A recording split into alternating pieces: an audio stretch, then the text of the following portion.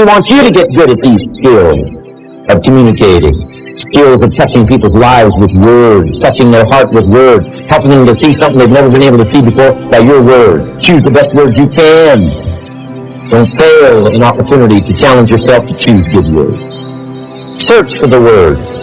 Struggle for the words. But don't let somebody within the scope of your influence go without your words. Words work miracles.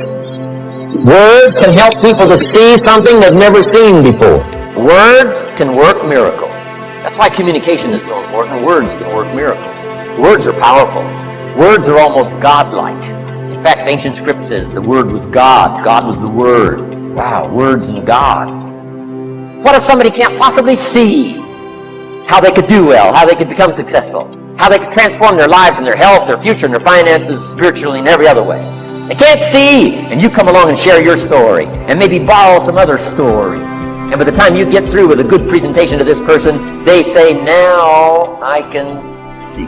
Before you got here, I was blind. I was in the dark. And while you were talking, some things dawned on me. Is it possible to create light with human intelligence, with words? And the answer is, of course, of course. Here's part of the spectacular opportunity as a human being. One person talking to another. It's got so much power, so much potential. A mother talking to a daughter, a father talking to a son, salesperson talking to a client. Nothing more magical and powerful, awe-inspiring than words have the ability to dramatically affect people's lives and futures. So become a good communicator. Let me give you some good keys to good communication. Here's number one. Have something good to say. Communication starts with preparation. Getting ready to speak this year. Getting ready to speak next year. Attend the classes. Read the books. Have something good to say. Here's 4 good words to help you to have something good to say. 1 is interest. Develop a new interest in people and life, what's going on, economics, politics, religion, social structure, possibilities, opportunities. Develop a new interest. Here's the next word, fascination. Goes that step beyond interest. That's why kids learn so much that first 6 years. Fascination. Adults are walking on ants. Kids are saying, don't walk on these ants. I'm studying these ants. I'm looking at these ants. Kids are so fascinated. How come an ant can carry something bigger than he is? That's how come they learn so much. They're fascinated. And here's another little clue I've learned. Turn frustration into fascination. If you can, you'll learn more. I've worked on this. I'm pretty good at it. Out in Los Angeles, I'm on the freeway. My airplane leaves in 45 minutes. The traffic is moving not 1 inch. I am now fascinated. I'm telling you. Now, it doesn't work every time. That's true, but every time it does work, I'm telling you, you'll come away with more. Learn to be fascinated instead of frustrated if you possibly can. Turn that little scenario on for yourself. Next is sensitivity. You got to understand, we use the phrase where people are coming from, where they've been, what's going on. Sensitivity training is so important. People not like you, people that have got challenges and problems and difficulties, you've got to do your best to be sensitive to other people, where they find themselves, the pit they might be in currently, what's going on. Be sensitive to that. Here's 2 of the greatest things said about Jesus. 1, it said he was touched. He was touched by where he found some people. He was touched by the misery he found some people in. He was touched. He was touched. And here's the other word. He was moved, it said. He was moved, touched and moved. If you really want to communicate well, you got to be touched and moved. Not just by your own drama of life, but by the drama you know is going on in other people's lives. Sensitivity. How does an adult 40 talk to a child who's 12? You got to be sensitive. Not just to your current situation. One of the best ways to identify with a child who's 12 and you're 40 is remember when you were 12. Go back. Remember the scenario and let it hit you again, let it touch you again. I don't have any problems with 12-year-olds. I remember almost every day of being 12. 12 is a unique year. 1, you're not 13. I mean, you know, if I heard it once, I heard it 100 times. Of course you can't go. You're not a teenager. Wow, I can't wait for this year to be finished. Remember. That's part of sensitivity. Remember. Apostle. One who became an apostle, leader of the Christians, was once Saul from Tarsus. hater and killer of the Christians. After he was converted, became a leader, became Paul Apostle, revered. Why was he so effective in his language, in his ability to touch people with his words, with his presence? If you read part of the scenario of his history, he gave an account of his own life and said, here's why I think I'm so effective. I remember the pit I came from. Sure, they call me apostle, but I used to kill these Christians, and I never forget that. If I want to get in touch with other people's difficulty, I got to remember my own difficulty. Let it hurt again. That's what makes a good performance. A good actor, a good actress. The emotion close to the surface from the remembrance of things past. And then well-chosen words delivered with emotion and power. The last word is knowledge. You just got to go through exercises like this. Take the notes, work hard, roll up your sleeves, go to work. Gather the knowledge in journals, gather the knowledge in notebooks, gather the knowledge in a library and cassettes, and videos, and every other means. Gather knowledge. Don't be lazy in learning. A major part of communication is preparation.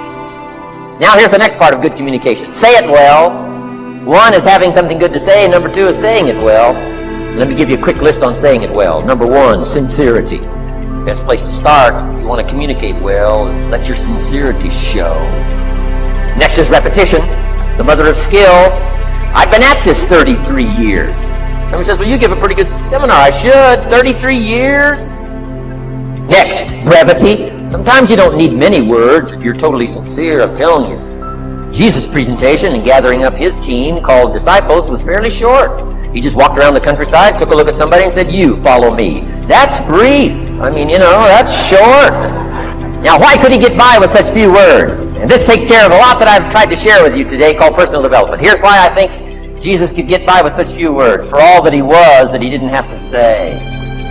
Take that scenario home. For all that I am that I don't have to say. Just a few words could be dynamic in affecting someone else's life. A child, a business colleague, a sales client. Next, vocabulary. Got to work on your vocabulary. Some of my friends took a survey among prisoners working on some rehabilitation program. They weren't particularly looking for this, but here's what they found. There's definitely a relationship between vocabulary and behavior. And here's what they found out. The more limited the vocabulary, the more tendency to poor behavior. And when you think about it for a while, it makes sense. Words are a way of seeing. And if you don't have a good vocabulary, you can't see very well. Can you imagine the mistakes in judgment when you can't see very well? Next, words are a way of expressing what's going on in your head, what's going on in your heart. What if you can't see well and you can't express well? You can imagine the tragic scenario of 5 years of that, 10 years of that, 20 years of that showing no improvement. Behavior now becomes a major problem. And that person's world gets smaller and smaller and smaller. Why? They can't see and they can't express. And finally, they don't need much bigger place than a 10 by 12 cell. Their world is so small anyway, don't need much bigger place. I'm asking you to stretch your vocabulary. I used to put words up on a 3 by 5 card. I drove a lot back in those days, but at the end of the day, I'd mastered 2 or 3 words. My oldest daughter, Linda, with my grandkids, starts the day with what's called the word for the day. She writes it on a chalkboard, the word for the day. And the kids memorize that word and the meaning of the word. And several times during that day, Linda, my daughter, would say, what's the word for the day? Natalie would say, superficial. And she would say, Nathaniel, what does that mean? On the surface. Why not learn a word a day? Why not add to your vocabulary so you can see more, see better, and express better? Put out in words what's in your heart, what's in your soul, what's in your mind. So say it well.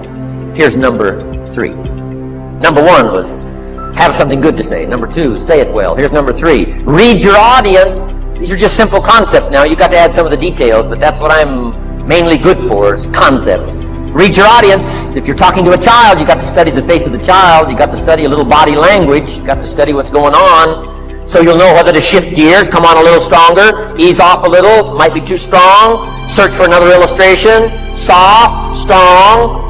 A lot of that is dictated by reading your audience. When I first started lecturing, I had some challenges here. I was so absorbed in my notes, lecturing like this. I'm telling you, in those early days, the audience could have left and I'd kept right on going. I didn't know what was going on down here. I didn't know what was going on over here. I didn't have any idea what was happening over here. Whether I should come on a little stronger, ease back. I didn't know. I couldn't read my audience. So, read your audience. A prospect, read. Now let me give you some ways to read. Number one, by what you see. Body language tells us some things. How to shift gears, whether to go on, whether to stop. If you're talking to somebody and they're leaning toward the door, that means you gotta hurry, right? They're not gonna be here long. Body language. Guy's got his arms folded, chin tucked down. You got your work cut out for you. You're going to have to reach deep in your bag. Find some extraordinary stories. This one's not going to be easy. What tells you that? Reading what you see. Here's the next one. Read what you hear. You've got to read a child's impatience. Kids don't mind telling you whether they're bored or impatient. Kids' attention span is short. It doesn't last long. You got to get it said. You start talking to a child, 30 seconds they say, how long is this going to take? Whoa! Listen. Listen for the response. Now you'll know whether to shift gears, change your language, find a new illustration, soften, stronger. Read your audience. Read what you see, read what you hear. Here's one of the most important. Read what you feel. Now, women are probably better at this than men when it comes to picking up emotional signals. Men, they can see, and men, they can hear.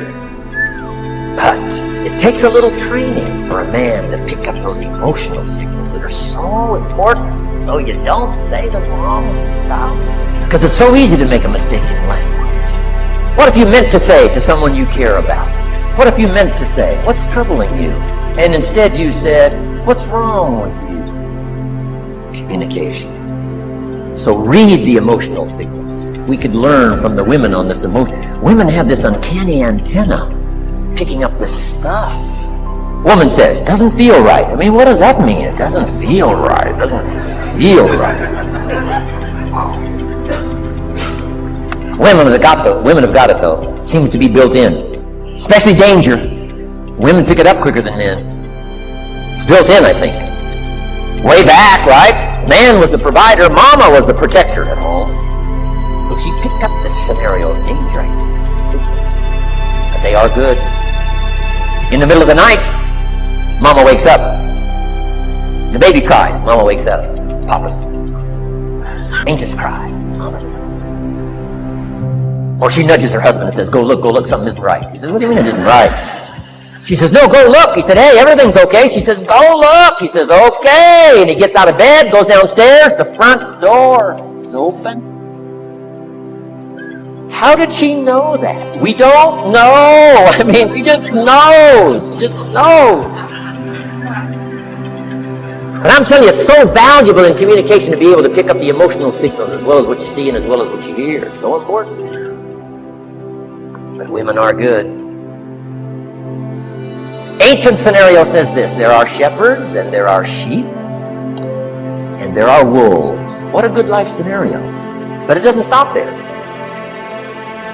This ancient scenario says also, some wolves are so clever, they've learned to dress up like sheep. Now you gotta have a woman. Gotta have a woman. Man says, looks like a sheep, talks like a sheep. Woman says, ain't no sheep. My word for it. They know. Read. Pick up the signals. Don't ignore the signals.